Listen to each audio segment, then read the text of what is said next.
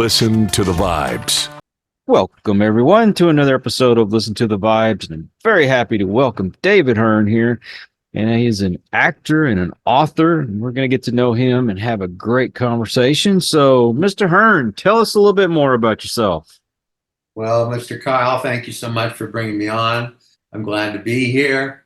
I'm glad to answer whatever questions you might have about the twisted world of Hollywood show business. This is working out to be a good year because I just published a book, which is on Amazon Books now, called appropriately, How Not to Make It in Hollywood. And it's basically kind of a twisted comic memoir about my decade there. I spent a decade of my life right there in the middle of Hollywood doing the entire Hollywood thing. Auditioning and hustling around the city, trying to get an agent, going to auditions and blah, blah, blah. I was completely swallowed up in that world. Ultimately, I was more successful when I left in a twisted way for me. I mean, it works differently for every person. But for me, as soon as I said, hell with this place, I'm out of here. And I came up to the Bay Area, I've worked more than in all the years I was in Hollywood. I've done more film, television, and stage since I left than all those years that I was there. Go figure. So because of the fact that my story was so atypical, that's why I decided to put it down in book form. And I just wrapped a movie, ironically enough, which should be coming out. I will know for sure in a week or two because I'm attending a screening. The movie is called Thirsty, starring Kyra Sedgwick and Thora Birch and myself. It's a very well-written story by a woman named Emily Abt, A-B-T. She's a writer-director. She wrote the script, which has already won some award, I understand, and the movie hasn't even been released yet. It's kind of a personal story of a woman who works for the public defender's office who gets a whim to run for the mayor. And that's kind of just the story about how she balances her personal life and her husband and kids, etc., with running for office and all this other crazy stuff.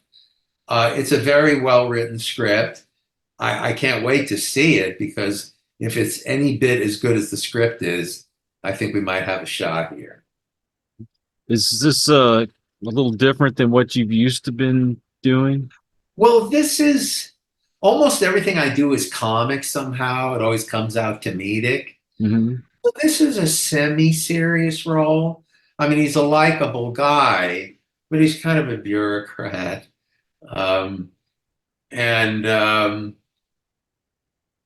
I don't know. Acting and writing operate on different lanes for me. In fact, one of the things I write about in the book is they work better when they're left to their own devices. Acting is a very specific thing. You show up, you have a character to do whatever. When you're writing, you have a lot more freedom to create whatever you want, any kind of tapestry. So in a way, I like the fact that they're very different activities, and I keep them like that. So as far as acting goes, it doesn't matter whether it's comedy or drama for me. I enjoy them both just as much. This one's, I guess, a little somewhere in between. We'll see. I don't want to give away too much about the movie because I want people to go see it.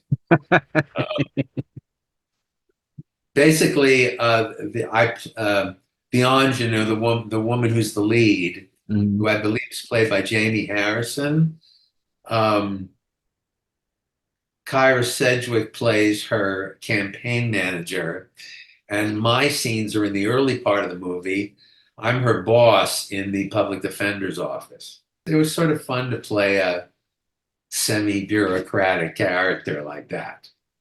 We'll see how it looks. You never know until it's all put together. So I'll get back to you on that. Well, when you got to Hollywood in the first place, what was the path that you took? You know, did you have Um, to like save up to move there? How did all that yeah, happen? yeah, I had to plan it out. And also, my background was almost exclusively in theater. I had done quite a bit of theater before I came there. Well, I quickly found out that people could care less how much theater you've done in Hollywood. They want to know how much film you have.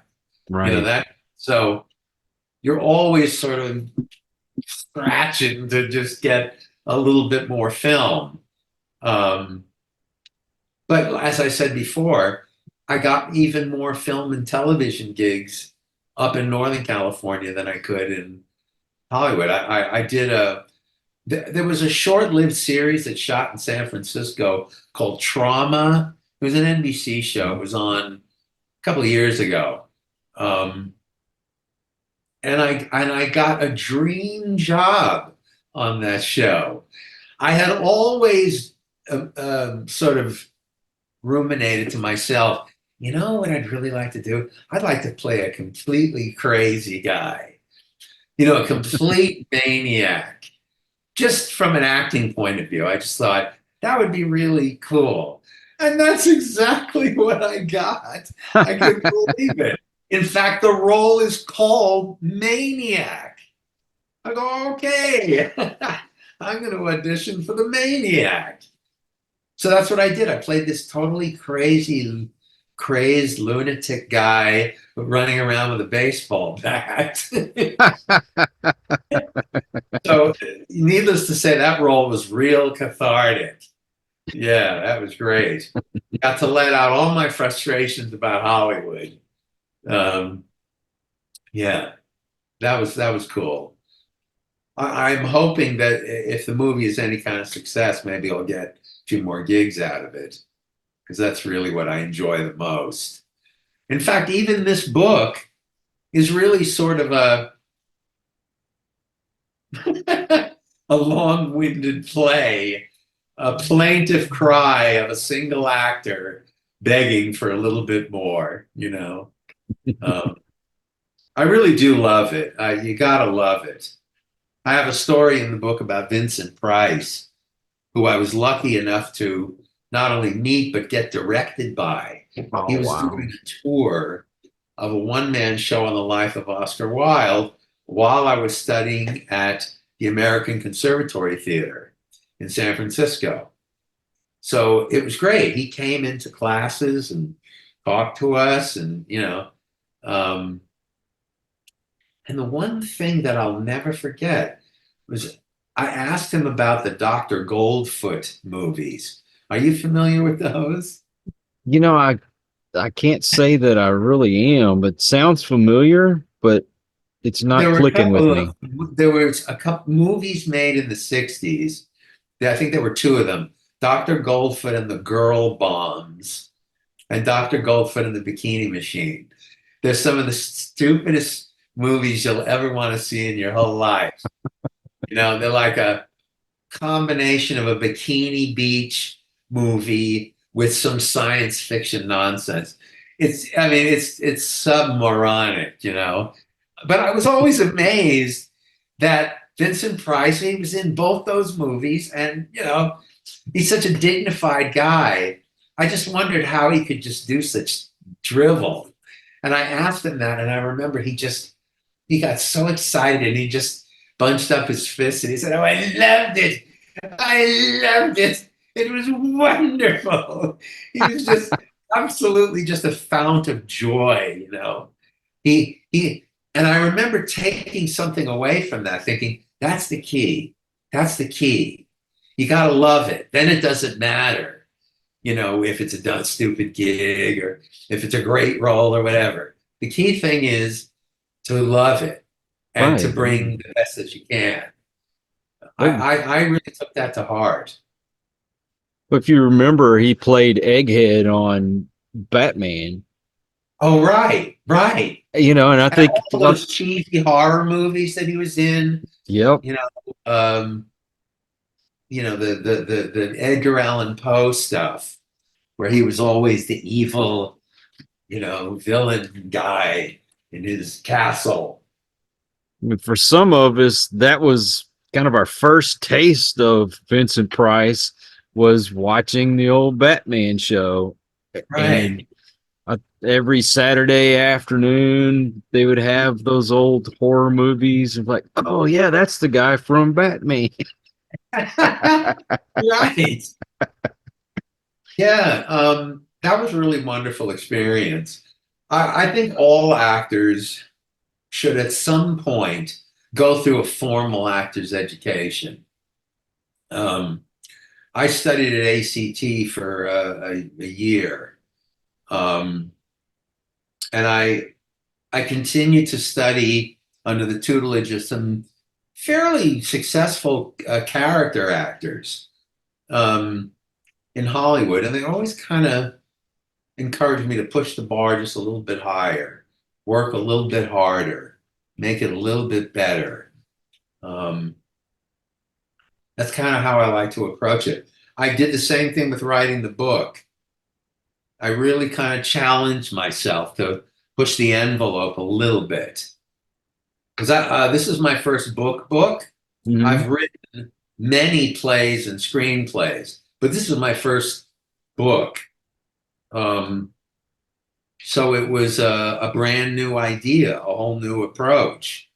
And I think the other reason I wrote the book was for a little bit of education. I fell into a lot of stupid traps. I fell for stuff, scams and misdirection because there's a lot of fog around how Hollywood works. So Mhm. there's never any shortage of people wanting to separate actors from their money. Um, so I wrote it as sort of like a reverse cautionary tale. Don't fall for the things that I fell for, and here's how they work. I try to tip off budding actors to some of the pitfalls and some of the sort of riffraff you're going to run into if you're going to pursue it as a career, because there's plenty of it. can only imagine. So this is kind of your way of helping out that next generation of actors coming up. Yeah, yeah. I say I hope I can save you a few bucks too, because I blew a lot of money I didn't have to blow. I want to sort of give budding actors kind of a little bit of a education, a little bit of a pat on the back on the way, a lot of encouragement, but a lot of cautions that you should be aware of. Because a lot of stuff I write, I would wager, I'm just wagering now, that nobody's ever written about before because you're kind of not supposed to talk about it. I kind of broke a lot of taboos. I said, hey, this is the way it really works. There's the way you think it works, if you may have seen on television or something, and this is how it actually is. So I also wrote it because I wish there had been such a book available for me when I first moved down there. You So yeah, trying to fill that kind of role. With this coming out now, do you Yeah. think that it could hurt you in the long run? I don't think so. Hell, a little controversy never hurts. Hey, right. Having your name in the So news, no matter what, is a good thing, right? yeah, I mean, besides, I was always, nobody paid me much mind anyway. So, whatever attention this might generate is fine with me. I don't think I broke any cardinal rules or anything like that. I just tried to speak a little truth about the way things function. Right. You know, save you a little time and money. So, what's been the biggest hurdle in your life? The biggest hurdle was trying to get an agent.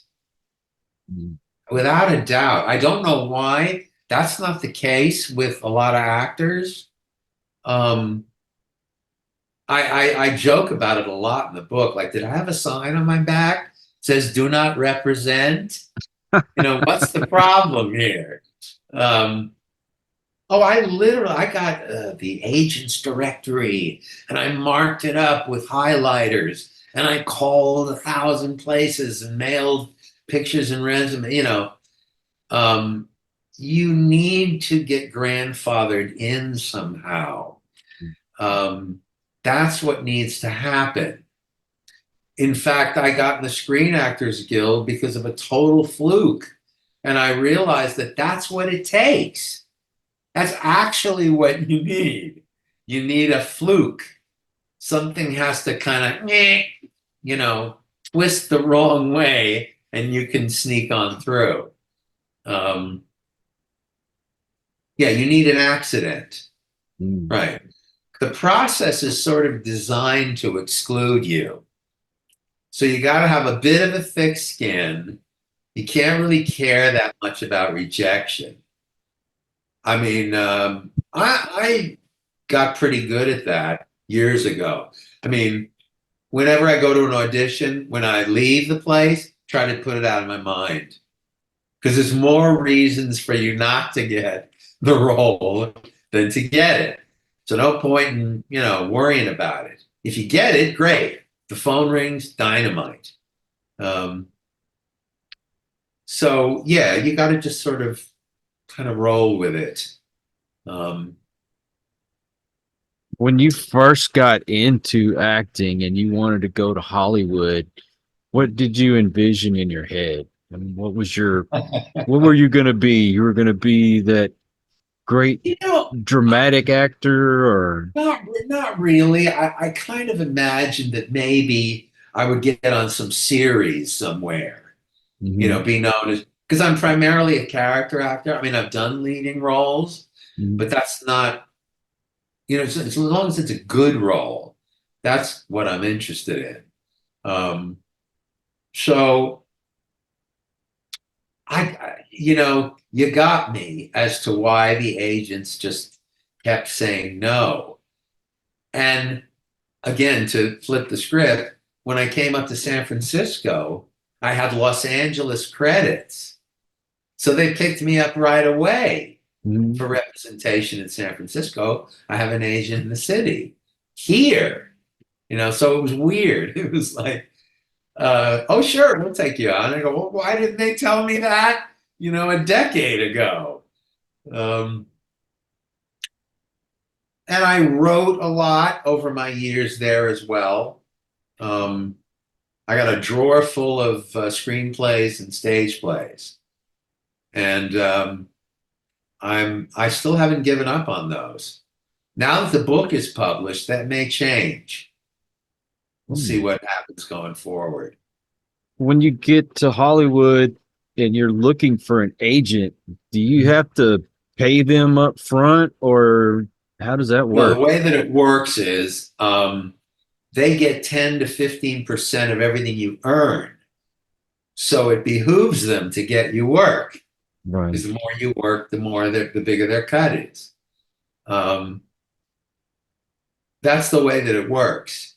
But the problem with that setup is that you have to make the dollar signs go off in these knuckleheads' eyes.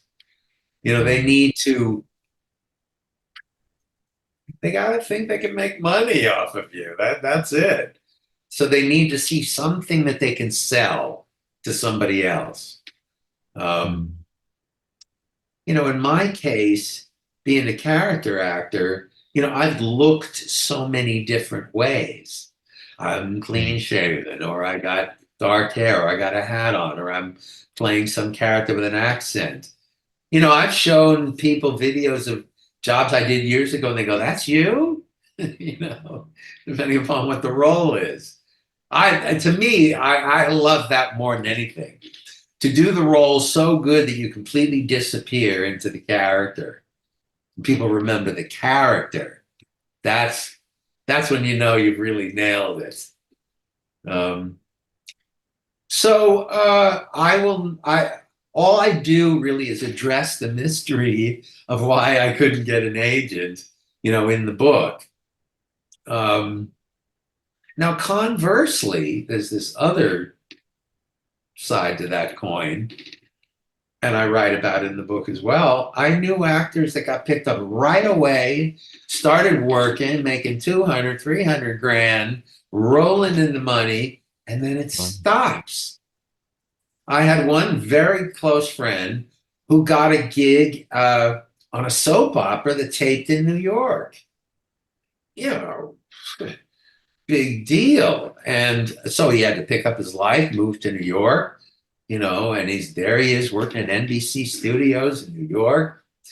And he was on the cover of fan magazines. And he was in commercials on TV. He was really rolling. And then all of a sudden, it stopped because they wrote his character out of the show. And then he didn't manage to leapfrog into something else right away. Then they can forget you. So, here was an example of this golden boy Hollywood story, zooming straight to the top. And then there's no, for him, there was no safety net. So it's, the word success, I always put quotes around because it's always relative, relative success. So unless you're Johnny Depp or Brad Right, Pitt, or George Clooney, you have to kind of take whatever you can get just to keep your name out there. Yeah, just keep it going. Yeah. Just to keep it going. When you're somebody like, Johnny Depp or George Clooney, the scripts are piling up at your door. Right. Everybody wants you, for their movie. Well, aside from those guys, the vast majority of actors are going through a standard casting process. You're reading for a specific character, you get the role or you don't. The leads are usually picked by the producers and the director, and their contracts are negotiated separately from everybody else. You never know what can happen. You get out there and you could have them beating down your door, or you'll be that guy that like Nicolas Cage and just take whatever job you can. Look, I don't blame him or Michael Caine or any one of these actors that just do every kind of movie, even the crappiest movies you'll ever want to see. Just because the more you work, the more your residuals come in, and the comfortable your life is. So I can understand it. And besides, like Vincent Price, like I always remember, when you really, really love it, you can't beat it. You think of it like this too. You might think that this is just some corny little role, but it might mean a lot to a lot of people. Yeah. You take Henry Winkler, he played the Fonz, and even though he's played so many different parts, great comedic parts, even some dramatic parts. Yeah. Everybody will remember him as the Fonz. Absolutely. Absolutely. Boy, that's really, I consider that to be a real accomplishment when you have like that, a cornerstone of some American, some media tradition like Happy Days or All in the Family, or, things that people will always remember. I was kind of hoping maybe I get a shot at that. Look, maybe I still do. I'm still here. So, If somebody wants to purchase your book, where do they go to get it? Just go to Amazon Books. Just go to Amazon Books, plug in How Not to Make It in Hollywood, or my name, David Hearn, Hern, and you can buy either the paperback or there's a Kindle version too. And I recommend it for laughs. Above everything else, I wrote it to be a fun entertaining read. So, hey, I'm an entertainer. Gotta make it entertaining. So that's what I hope. I hope that the readers get something meaningful out of it and get a few laughs out of it too. Do you have a website? I have an IMDb page, Okay. which essentially is my website. It has all my credits and it's got videos and pictures and the whole 9 yards of my career. Just go to imdb.com and put my name in. You can see my whole shebang. And you can watch clips from my silly gigs. What all social media are you on? I am on LinkedIn, which is a good way if anybody wants to get a message to me for some reason. That's the best way to do it. Just look me up on LinkedIn, HERN, Dave, and you can send me anything that might be on your mind about show business, ladies and gentlemen. Are you on Facebook? No, I'm not. I thought all of us old folks were on Facebook. Yes, I know. I think I steered to IMDb because I think there were too many other guys with my name on Facebook. Oh, okay. I want to be identified as a working actor, so that's why I'm on IMDb. It's the industry standard. It's the one that all the Hollywood people use. Gotcha. Well, I'm going to put all your links in the description just to make it easy for folks to find you. And Oh, great. Thank you. Appreciate that. David, thank you so much for coming on my show. Oh, absolutely. It's been a pleasure. I thoroughly enjoy talking to you. And, best of luck. And here's to all your listeners. Appreciate that. And to all you folks out there, I want to thank you for stopping by. I hope you'll come back. Please hit that subscribe button for my regulars. You guys are awesome because you make it possible for me to do this. And until the next one, everyone, please take care. Be kind to one another. God bless and peace. We hope you enjoyed this episode of Listen to the Vibes. You can catch us on Buzzsprout or wherever you listen to your favorite podcasts. And on YouTube. Follow us on Facebook at The Vibes Broadcast Network